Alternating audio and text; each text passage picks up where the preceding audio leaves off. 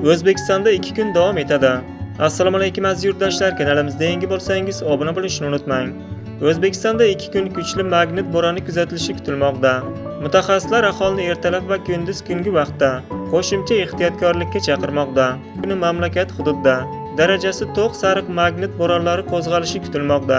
Ma'lumotlarga ko'ra, geomagnit buzilishi eng yuqorisi 4 balga yetishi ertalab soat 8:00 dan kuchliroq his qilishingiz mumkin. Kun davomida 3 balgacha pasayadi.